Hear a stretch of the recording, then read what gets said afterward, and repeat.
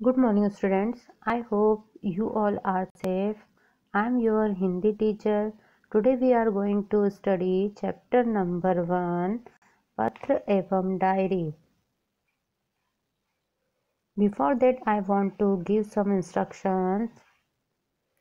Listen to the explanations and read the chapter. After reading the chapter, write the diary and letter in classwork. पत्र लेखन के लिए ध्यान देने योग्य महत्वपूर्ण बातें। जब भी हम किसी को पत्र लिखते हैं तो पत्र के पहले कुछ महत्वपूर्ण बातें होती है जो हमें जानना जरूरी है। नंबर 1, पत्र में बोलचाल की सरल भाषा का प्रयोग होना चाहिए। जब भी हम कोई से भी पत्र को हम लिखना शुरू करते हैं तो हमारी जो भाषा है वो बहुत सरल होनी चाहिए ताकि जो भी ये पत्र को पढ़े वो उस पत्र को अच्छे से समझ सके। पत्र में आवश्यक बातें ही लिखना चाहिए। पत्र में हमेशा अनावश्यक बातें नहीं लिखकर आवश्यक बातें ही लिखना चाहिए। पत्र अधिक लंबा नहीं होना चाहिए। पत्र लिखते समय ये ध्यान रखना चाहिए कि पत्र ज़्यादा लंबा नहीं हो, शॉर्ट रहना चाहिए। मित्र या सखी के लिए तुम सर्वनाम तथा बड़ों के लिए आप सर्वनाम का प्रयोग करना चाहिए। जो आपके मित्र हैं उनके लिए हमेशा तुम सर्वनाम का प्रयोग करना चाहिए और जो हमसे बड़े हैं उनके लिए आप सर्वनाम का प्रयोग करना चाहिए। पत्र में सबसे ऊपर बाईं ओर अपना पूरा पता तथा तारीख लिखनी चाहिए।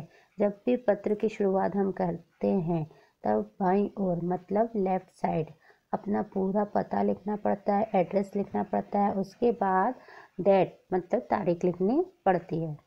बाईं ओर पत्र जिसे लिखना हो उसको शिष्ट भाषा में संबोधन करना चाहिए। इसके बाद अभिवादन करना चाहिए।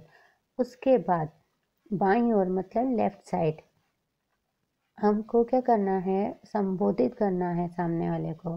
जैसे कि अगर कोई बड़ा है तो हम लिखेंगे आदरणीय, अगर कोई छोटा है तो प्रिय।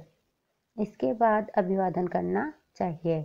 इसके बाद पत्र के कलेवर में मुख्य विषय को अभिव्यक्त करना चाहिए। उसके बाद हमको जो मैटर है मुख्य उसे हमको बताना है, लिखना है। पत्र समाप्त होने पर नीचे बाईं ओर पत्र लिखने वाले का संबंध और नाम लिखना चाहिए। उसके बाद जब हम लेटर को एंड करते हैं तो लेफ्ट साइड पत्र लिखने वाले का उससे जो रिलेशन होता है वो रिलेशन लिखना है और अपना नाम लिखना है। Write the letter in class work. Diary लेखन। अब हम डायरी पढ़ेंगे कि डायरी किस तरह से लिखी जाती है। तो डायरी शब्द अंग्रेजी भाषा का है और डायरी को हिंदी में दैनिकी कहा जाता है और दैनंदिनी कहा जाता है। डायरी में निजी जीवन में प्रतिदिन घटित घटनाओं का लेखा जोखा रहता है। डायरी में जो भी लाइफ में हमारे घटना घट रही है उसके बारे में पूरा लेखा जोखा होता है। डायरी के पढ़ने से किसी व्यक्ति के जीवन में घटित घटनाओं, कार्यों या तथ्यों की जानकारी प्राप्त होती है। तब जब भी हम किसी की डायरी को पढ़ते हैं तो उसमें उसके व्यक्ति के जीवन की जो भी घटना है, जो भी उसने कार्य किया है, उन सब की जानकारी हमें मिलती है। डायरी में व्यक्ति घटित घटनाओं के साथ साथ अपने मन में उठी प्रतिक्रियाओं की अभिव्यक्ति भी अंकित करता है। और डायरी में जो व्यक्ति है वो अपने अनुभव को और जो भी उसने फील किया है वो सब कुछ उसमें लिखता है, इसलिए उसमें व्यक्तिकता होती है। इसलिए हम कहते हैं कि इसकी डायरी पर्सनल है, तो उसमें व्यक्तिकता होती है, व्यक्तिगत होती है वो। डायरी प्रतिदिन मतलब डायरी को हम डेली लिख सकते हैं, साप्ताहिक वीकली लिख सकते हैं और हम इसे मंथली भी लिख सकते हैं, महीने में एक बार भी लिख सकते हैं। डायरी लेखन की विशेषता। डायरी लेखन की विशेषताएं निम्नलिखित है। डायरी लेखन में क्रमबद्धता होनी चाहिए। जब भी हम डायरी लिखें तो हमें क्रम से लिखना चाहिए, प्रॉपर ऑर्डर में ही लिखना चाहिए। इसमें लिखा गया विवरण संक्षिप्त, सारगर्भित तथा वास्तविक हो। जब भी हम डायरी लिखें तो संक्षिप्त मतलब शॉर्ट में लिखें, सारगर्भित मतलब उसमें मुख्य बातें लिखें और वास्तविक मतलब रियलिटी से संबंध उसका होना चाहिए। थर्ड, डायरी लेखन में स्थान, तिथि, घटना तथा तथ्य का स्पष्ट रूप से उल्लेख होना आवश्यक है।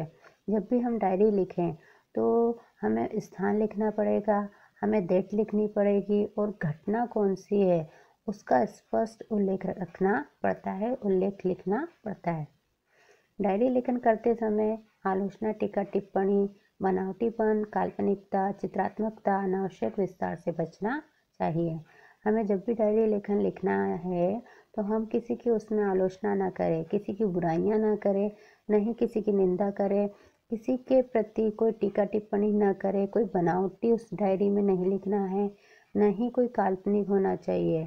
मतलब ऐसा ही नहीं जो सोचा समझा लिख दिया, इसमें अनावश्यक बातों को नहीं लिखना चाहिए।